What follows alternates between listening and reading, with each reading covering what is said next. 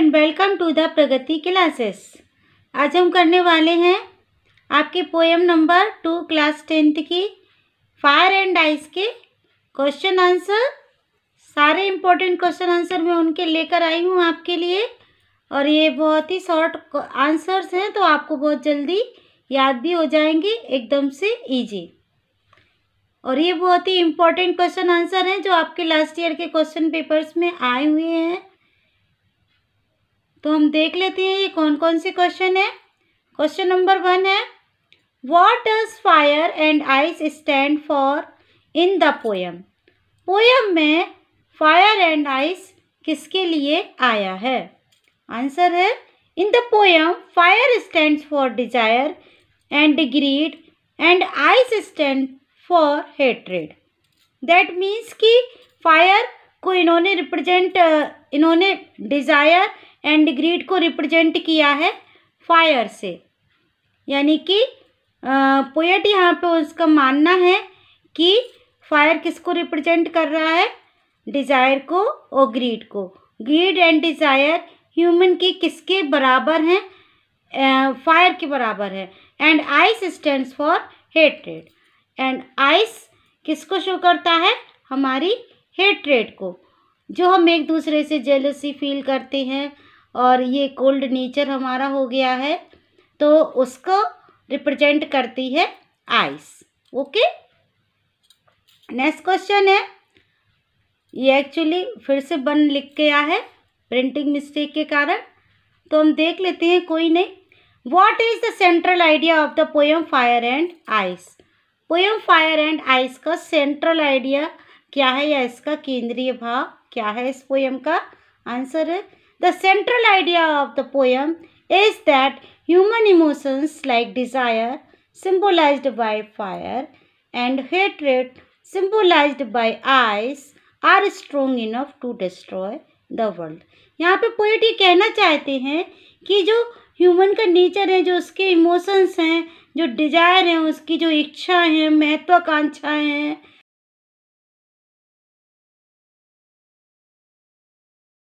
इस वर्ल्ड को नष्ट कर सकती हैं, डिस्ट्रॉय कर सकती हैं। उसी तरह से उन्होंने कहा है जो हेट्रेड है, जो सिंबलाइज्ड बाय आइस, आइस से उन्होंने सिंबलाइज किया है इसको, तो हेट्रेड भी सेम ही स्ट्रेंथ उसकी है कि वो भी पूरे वर्ल्ड को नष्ट कर सकती है।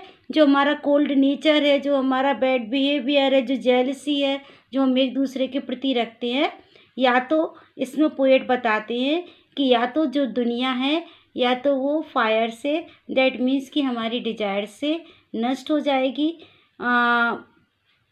इसमें पोएट ये बताना चाहते हैं कि डिजायर मीन्स, हम कहते हैं ना, हमें यदि अच्छा घर मिल गया तो हमें अच्छी गाड़ी चाहिए, यदि हमारे पास 2 व्हीलर है तो हमें 4 व्हीलर चाहिए, यदि हमारा घर छोटा है तो हमको और बड़ा घर चाहिए। डे बाय डे हमारी डिज़ायर बहुत बढ़ती जाती है, उसके कारण हम जो प्रकृति है उसको बहुत ज़्यादा नुकसान पहुंचा रहे हैं।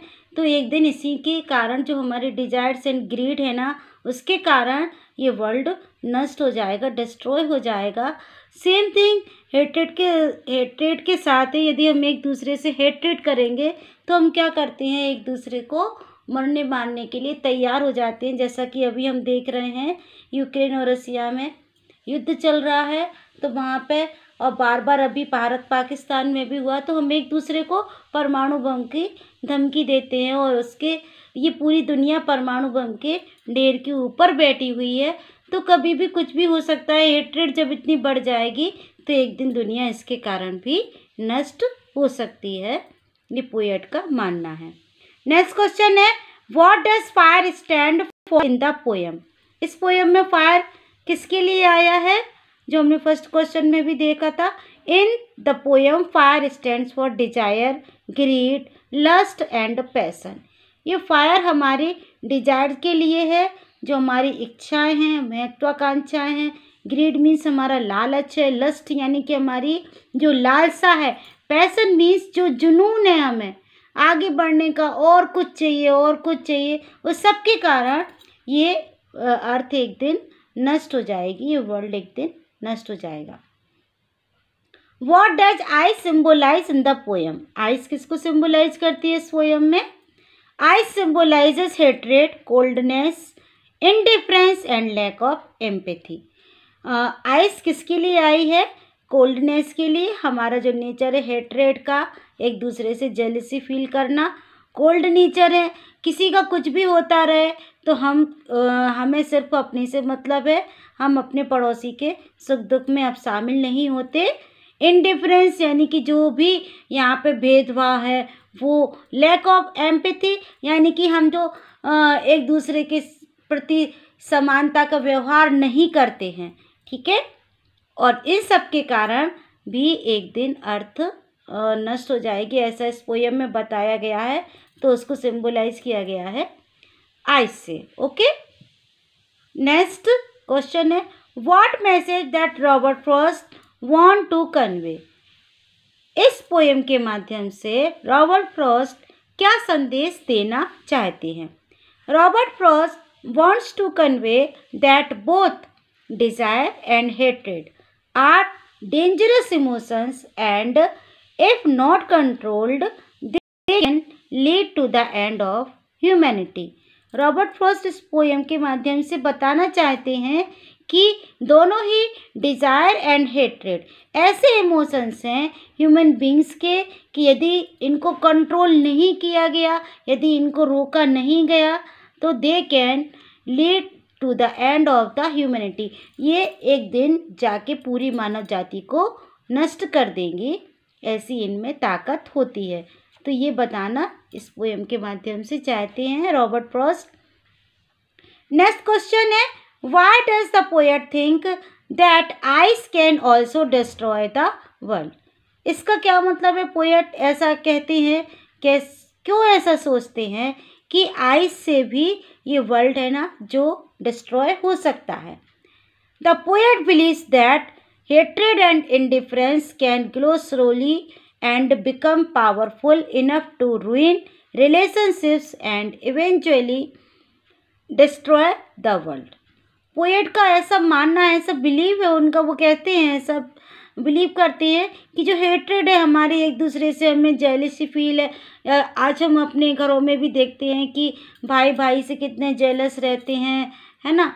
तो वो सारी चीज़ें जो इंडिफरेंस हैं, रेशियो बेस इंडिफरेंस हैं हमारी सोसाइटी में, और ये कास्ट सिस्टम के प्रति है, इसमें भी रहता है इंडिफरेंस। तो इन सब के कारण ये स्लोली धीरे धीरे बढ़ता जाता है एंड बिकम पावरफुल इनफ, और ये इतना ज़्यादा पावरफुल हो जाता है कि जो हमारे रिलेशनशिप हैं, जो ह्यूमन बींग्स के आपस में रिलेशनशिप है, उसको भी इफ़ेक्ट करने लगता है, और उसके कारण भी ये दुनिया एक दिन नष्ट हो सकती है। नेक्स्ट क्वेश्चन है which emotion does the poet prefer to destroy the world first, fire और आइस? कौन सा इमोशन पोएट प्रिफर करते हैं पहले, फायर और ice? The poet first agrees with those who believe that fire. Poet किससे agree करते हैं? जो कि फायर के फेवर में है, कि फायर से एक दिन, या दैट मीन्स कि डिजायर से एक दिन ये वर्ल्ड डिस्ट्रॉय हो जाएगा। कैन डिस्ट्रॉय द वर्ल्ड, ये डिजायर, हमारी जो डिजायर्स हैं वो वर्ल्ड को डिस्ट्रॉय कर सकती है। But he also thinks ice, that means कि हेट्रेड इज इक्वली कैपेबल, लेकिन उनका ऐसा भी मानना है कि हेट्रेड भी बराबर से, हेट्रेड को इन्होंने सिंबलाइज किया है आइस से, तो उन्होंने कहा वो भी कैपेबल है इस पूरे वर्ल्ड को डिस्ट्रॉय करने के लिए, पूरे दुनिया को ख़त्म करने के लिए। या तो हमारी डिज़ायर काफ़ी है, और डिज़ायर से यदि बच भी गए तो हेट्रेड एक दिन हमारी पूरी दुनिया को क्या करेगी, नष्ट कर देगी। तो इस पोयम में ये सारे क्वेश्चन आंसर्स मैं इम्पोर्टेंट लेकर आई हूँ, और यदि आपको इस पोयम की लाइन बाय लाइन समरी देखना है तो मैं डिस्क्रिप्शन में लिंक डाल दूँगी, उसके लिए मैंने वीडियो अलग से बनाया हुआ है, तो आप चैनल पर जाएं, इस लिंक पर जाकर उस वीडियो को देखें, और ये आपके लिए बहुत ज़्यादा हेल्पफुल रहेगा। जिन बच्चों ने ये क्वेश्चन आंसर्स नहीं लिखे हैं वो इनका स्क्रीनशॉट लेके अपनी कॉपी में लिख सकते हैं, और आप इनको लर्न कर सकते हैं। So thank you for watching. Like, subscribe and share.